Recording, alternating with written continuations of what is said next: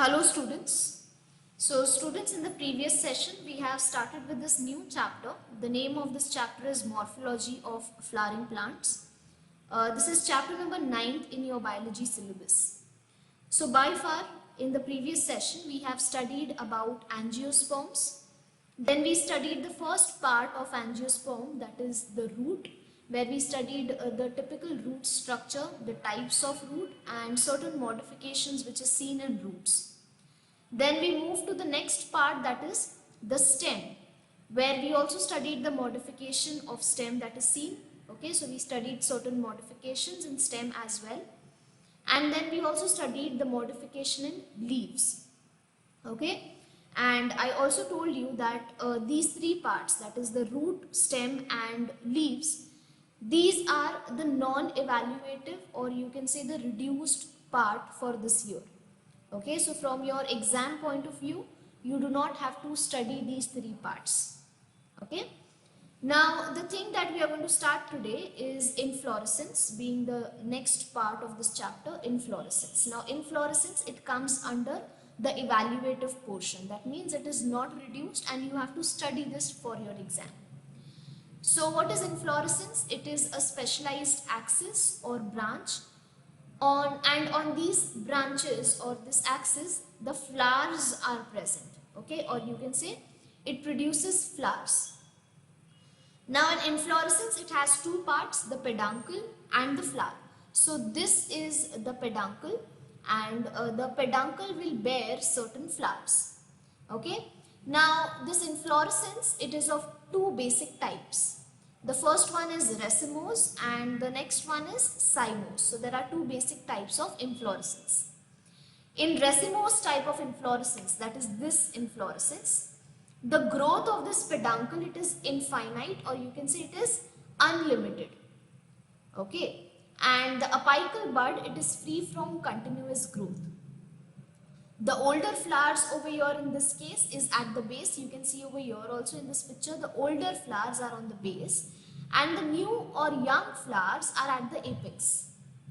Okay, so the flower, they are born in acropetal succession. What do you mean by acropetal succession? It means the young ones or the new buds will be formed at the apex or at the top and the older ones will be at the base. Okay. What is cymose? Cymose, here the growth of the peduncle, it is finite. That means it has a limited growth. And the apical meristem, it terminates into the flower.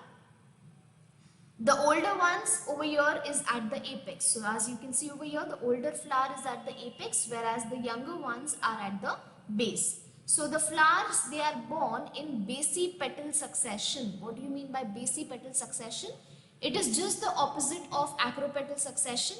Acropetal that we studied, it was the younger flowers growing on the top, correct? Or you can say the younger flowers growing at the apex. Whereas basipetal means the younger flowers, they are growing at the base. Okay, so these are the two types of inflorescence. What is inflorescence? It is a specialized axis or a branch over which the flowers are produced, or you can say the flowers are born. And the two types are racemose and cymose. After this, let us move to the next part, that is the flower. Flowers, they are modified and condensed shoot meant for sexual reproduction. So the flowers are considered to be the sexual reproductive part of a plant. Okay. Now, depending upon the position of the flower can be axillary or terminal. Now, what do you mean by axillary and terminal flower? When we say terminal flower, that means the flowers which are born at the top, okay, at the terminal position. And when we say axillary flowers, it means the flowers which are formed, you can say all over the plant. Okay. Then the flower, it can be either bracteate or ebracteate. What do you mean by bracteate and ebracteate? Bracteate means the flower that produces bracts and ebracteate means the flower which will not produce bracts. Other than this, a flower can be a pedicellate flower or it can be called as a sessile flower. Now when we say pedicellate flower, it means the flower will have a pedicel. A pedicel means this. This is a pedicel. Okay, so there will be a pedicel. So this pedicel will attach the flower to the main axis. And if the pedicel is not present and a flower is attached to the main axis directly, it is called a sessile flower. Okay. Now students, the term that I am using, that is the bracteate, ebracteate, pedicellate, sessile, or even in that case axillary and terminal, and bilateral and radial symmetry, all these terms I have explained during the practicals. So if you watch the very first practical, that is study of plant family Solanaceae, in that part I have been explaining all these terminologies first, because again you should understand the terminologies and only then you will be able to study about any plant family. So there I have been talking about all these terms. So if you want a proper clear explanation with all the pictures and all the examples, you can anytime refer to the very first experiment or very first practical of your biology practicals. Okay. Now the next characteristic is that if the flower is bilaterally symmetrical or the flower is radially symmetrical. So if the flower is showing a bilateral symmetry, it is called a zygomorphic flower, and if it is showing a radial symmetry, it is called an actinomorphic flower. So if you can imagine a hibiscus flower, and if you just look at the hibiscus flower from the top, it shows a radial symmetry. All the petals, they are arranged in equal manner and in equal position, so that shows a radial symmetry, and so hibiscus flower is called as actinomorphic flower. Again, the proper explanation for these terminologies with pictures is in the very first practical or very first experiment, that is study of plant family Solanaceae. Now after this, let us study about the insertion of floral whorls. So the position and the arrangement of rest of the floral whorls with respect to the gynoecium on the thalamus, it is known as the insertion of the floral whorls. Okay, so in a typical flower, the thalamus, it consists of 4 compactly arranged nodes and 3 internodes. And the slope of the thalamus, it decides the insertion of the floral whorls. So these are the 3 insertions. The first one is hypogyne, or you can call it as hypogynous, perigyne, or again you call it as perigynous flower, or epigyne or epigynous flower. Now what do you mean by all these 3 terms? When we say hypogynous flower, here the ovary is said to be superior. So here you can see this is the ovary, and all the other whorls, that is the petals, the sepals or the androecium, it arises from beneath the ovary. So this is a hypogynous flower.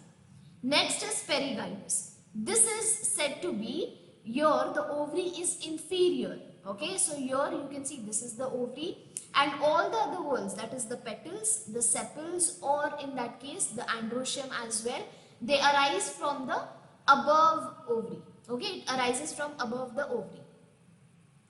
The next one is epigyne. Here the thalamus, it is completely enclosed, it completely encloses the ovary, and it may show fusion with wall.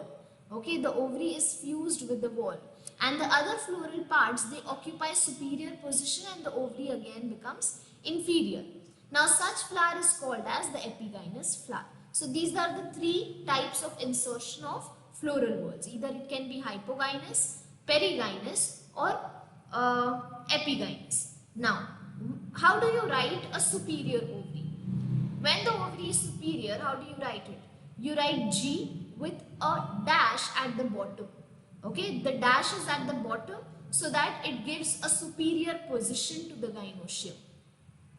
Okay, in perigynous condition, you write G with a dash on the top. Okay, there is a mistake over here. You write G with a dash at the top. Again, this is so that the ovary is given, or the gynoecium is given inferior position, and this is the way that you write epigynous flower. Okay, so this is about the insertion of floral whorls. Next, let us study about the floral parts and their structures. Okay, now the first part If we study the floral parts, we study from the outermost wall to the innermost wall. The very first part is the calyx, which is being denoted with alphabet K.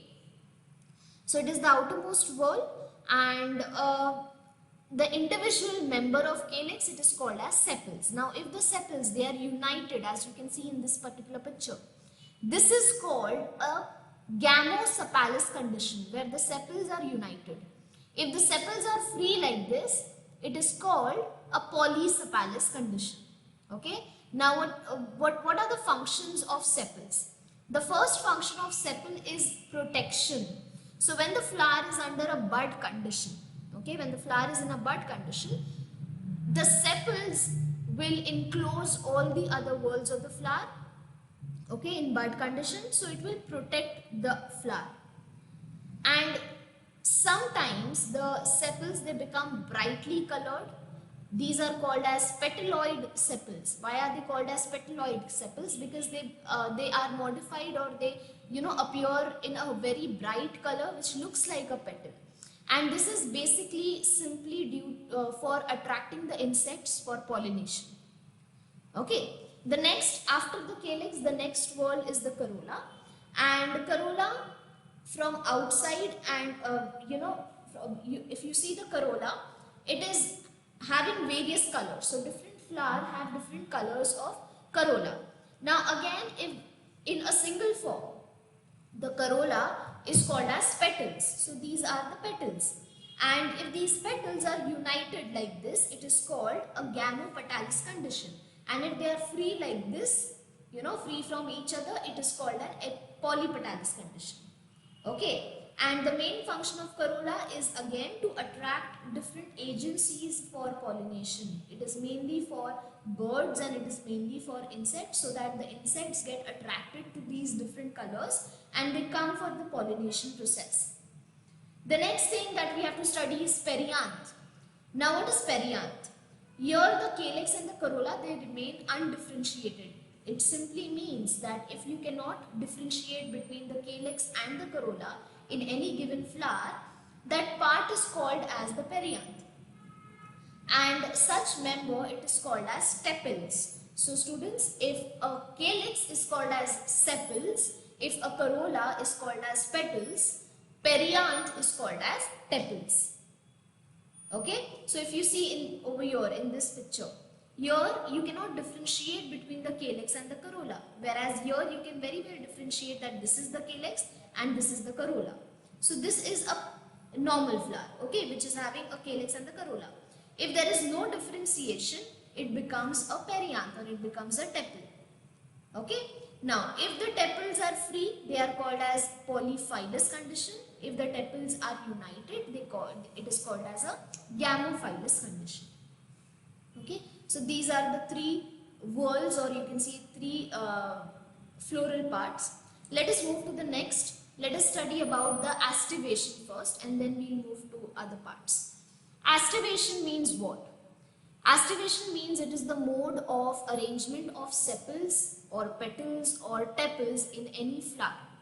And these are the 5 different types of aestivations. Okay. Now, the first one, valvate aestivation.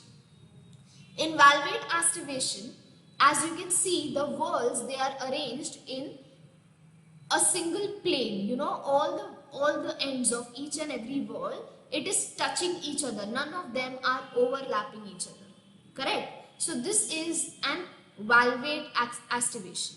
The next one that you can see is twisted aestivation. What do you mean by twisted aestivation? Here, one end of the whorl will overlap the other, and so they appear in this twisted shape.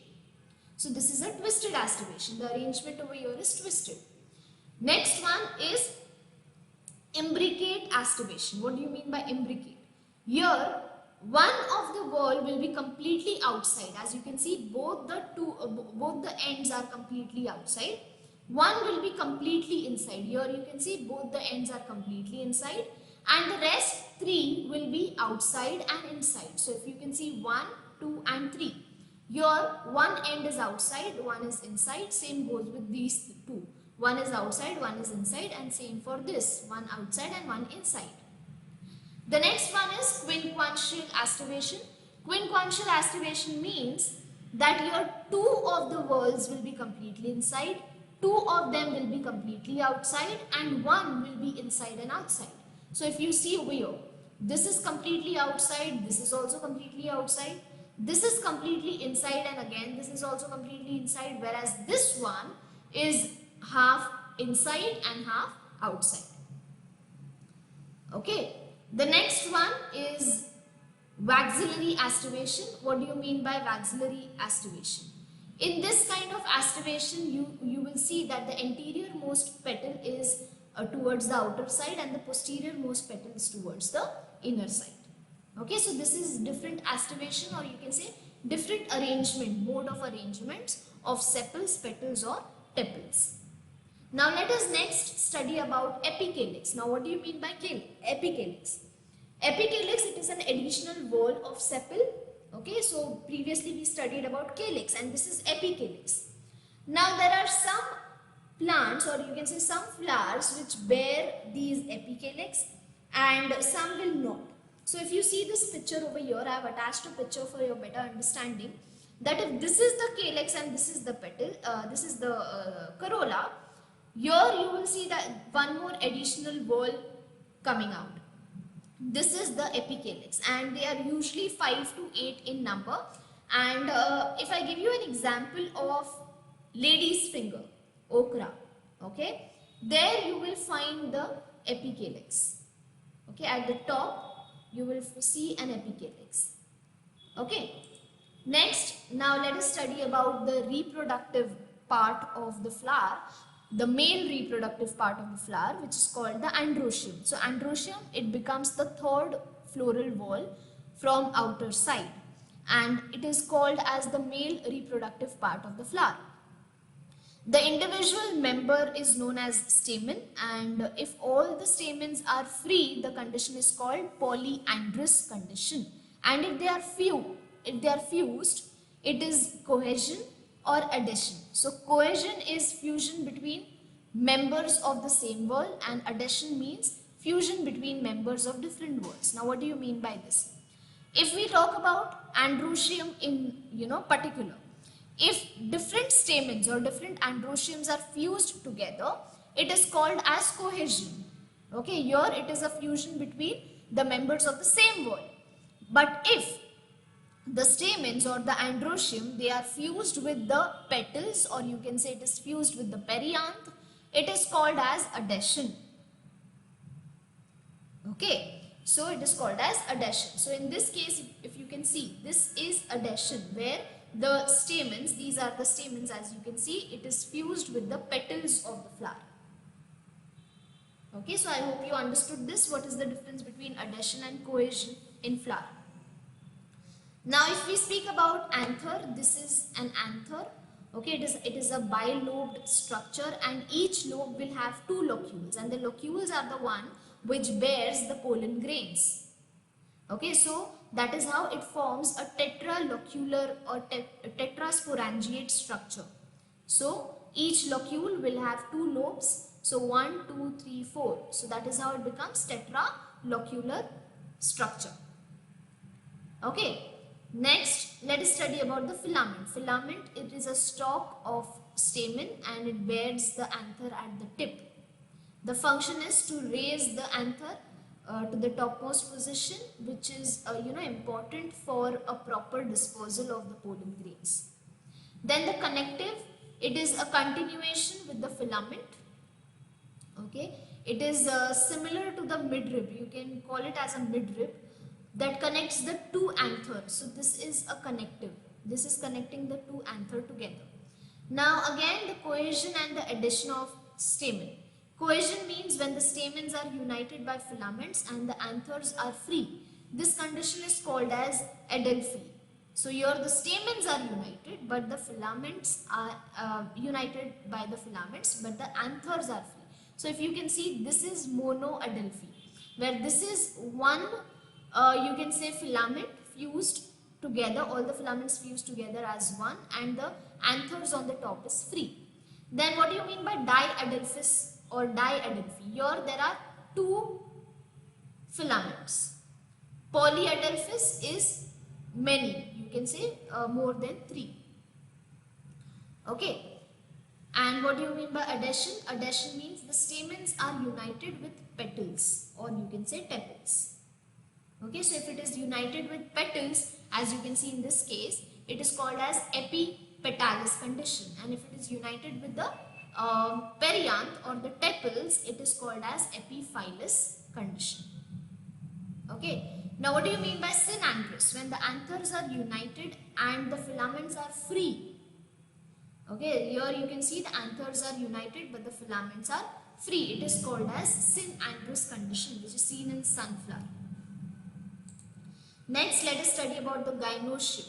So gynoecium, it is known as the female reproductive part of the flower, and it is considered to be the innermost part or innermost wall, which is innermost in position. Now it is also known as pistil, and if you consider an individual member, see, the gynoecium is divided into three parts. So stigma, style and the ovary. And if you just consider one single member of the gynoecium, it is called as a carpel. And as a whole like stigma, style and the ovary, it is called as a pistil. Now the number of carpels may be one or it can be many. And if the carpels are fused together, it is called a syncarpous condition. And if the carpels are free, it is called an apocarpous condition. Okay, then there is something called as polycarpellary gynoecium. So polycarpellary gynoecium can be either bicarpellary, where there are two carpels. It can be tricarpellary, where there are three carpels, or it can be pentacarpellary, where there are five carpels. Okay, so each carpel, it has three parts: stigma, style and the ovary, as I told you. So stigma, it is topmost in position, then comes the style and then comes the ovary. Now the function of stigma is to receive the pollen grains at the time of pollination. So it helps in germinating of the pollen grains onto the gynoecium. Okay, so stigma, it shows variation in structure to suit the pollinating agent. The style, it is a narrow thread-like structure that connects the ovary and the stigma. And the ovary, it is the basal, swollen, fertile part of the carpel. Okay, or you can say of the gynoecium. So ovules are produced in the ovary on a soft fertile tissue which is called as the placenta. Okay, so students, this was about the gynoecium. Now let us study about different placentation. Now what is placentation? Placentation is the mode of arrangement of ovule. Okay, how the ovules are arranged on the placenta or within the ovary is called as the placentation. So it can either be marginal placentation, it can be axile, it can be parietal, basal or free central.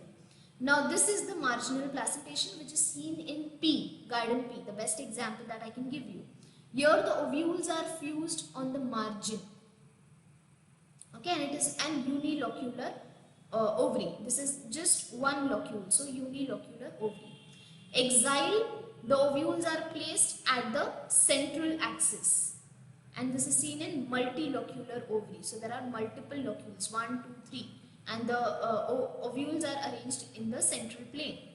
Parietal, the ovules are arranged at the periphery. Okay, then there is basal. What do you mean by basal? Basal means there is a single ovule. It is present at the base of the unilocular ovary, here at the base. This is seen mainly in sunflower, rice and wheat. Then comes free central placentation. So the ovules are born on the central axis, which is not attached to the ovary wall. It is not at all attached to the ovary wall. It is free in position. So it is a free central placentation. Okay, so these are the 5 different types of placentation. What is placentation? It is the mode of arrangement of ovules on the placenta within the ovary. Okay, next let us study the last part of this chapter, which also comes under the evaluative part, that is the study of plant family Solanaceae. Now again students, this is the same thing that I have been teaching for the very first practical, that is the study of plant family Solanaceae. The same thing I have put on over here because this is a part of this chapter. Okay, now let us study the vegetative characters of this family. The habit is annual herb, so this is a herbaceous plant. Root is a taproot system. As you can see, there is a primary root which can give rise to secondary and tertiary roots. The stem, as you can see, it is herbaceous, it is erect and strong. It is branched, as you can see, it is cylindrical and solid. And the leaves, they are simple leaves, alternate to each other, ex-stipulate, that means there is no stipule, and it shows reticulate venation. So this is reticulate venation. Okay, a network-like venation. Next, studying about the floral characters. Inflorescence, it is solitary, axillary and cymose. Solitary means a single flower arising. Axillary means you can see the flowers are arising from all the sides of the plant. And cymose means the older flowers are at the top. The flower, as you can see, it is a complete flower which shows all the four whorls, petals, sepals, gynoecium, androecium, all the four whorls. Actinomorphic because it is showing this radial symmetry. It is bisexual because it is having both the androecium and the gynoecium in the same flower, and you can see that it is having a short pedicel. So here you can see it very clearly that it is having a very short pedicel that is attaching the main flower to the main axis. Okay, and it is hypogynous. I already told you what is hypogynous. It means the ovary is superior. So if you can see over here, there is a small ovary that is present, and this ovary is superior in position. Then coming to the calyx. Calyx, there are 5 sepals. So here you can count them 1, 2, 3, 4, and the 5th one is at the back. So 5 sepals. Gamosepalous. All the sepals are fused together forming this tube. Persistent. What do you mean by persistent? It means that even in the fruit conditions, the sepals are found. The calyx is present. So it is called a persistent calyx. Corolla, there are 5 petals, 1, 2, 3, 4, 5, all of them are fused. So again the condition becomes gamopetalous, and it is called an infundibuliform corolla. What do you mean by infundibuliform? It means the corolla, it shows, or they are, they form this trumpet shape like structure or funnel shape like structure. And it shows a valvate aestivation. So students, if you remember in the previous slides, we studied about aestivations. So the very first aestivation that we studied, the valvate aestivation, where the whorls are arranged in one plane without overlapping each other. Okay. Next, androecium. There are 5 stamens and it is epipetalous. Why epipetalous? Because if you see the 5 androeciums or the 5 stamens, 1, 2, 3, 4 and 5, they are attached to the petals. So epipetalous. Gynoecium, there are 2 carpels, so it is a bicarpellary structure, 1 and 2 carpels. Okay, and if you just separate out the 2 carpels, you will see that there are it is showing a tetralocular condition. So 1, 2, 3 and 4 locules. So tetralocular condition. Ovary is superior, I already have told you. Syncarpous, that means the carpels, they are fused. Okay, they are not separate, they are syncarpous, fused together. And there are many ovules which are present in the locules. As you can see, there are many ovules. And the stigma, if you see this picture, this is the style giving rise to the stigma. The stigma is bilobed. So you can see the 2 lobes of stigma. The fruit is capsule. Seed, you can see it is numerous. It is endospermic and dicotyledonous. Now, if you study the floral formula for this family, the first symbol is showing actinomorphic. Okay, this is a symbol which is for actinomorphic flower. Then this is bisexual. The calyx are 5. If it is fused, we put a bracket. So gamosepalous condition. Corolla, it is again 5 fused. So gamopetalous condition. Androecium is again 5, and the androecium are connected to the petals. That is the epipetalous condition. So we put a connecting bridge between the androecium and the corolla. Gynoecium, it is superior in position. So we put the dash at the bottom, giving it a superior position. There are 2 carpels and it is syncarpous. So 2 carpels, we have put 2 in a bracket. Bracket indicates that it is fused. Okay. Again, students, to understand this floral formula even better, please watch the very first practical, that is the study of plant family Solanaceae. Okay, you will understand it well. So this is the end of this chapter. We end this chapter over here, and with that we also end this session over here. In the next session, we'll study the next chapter, the 10th chapter of your syllabus.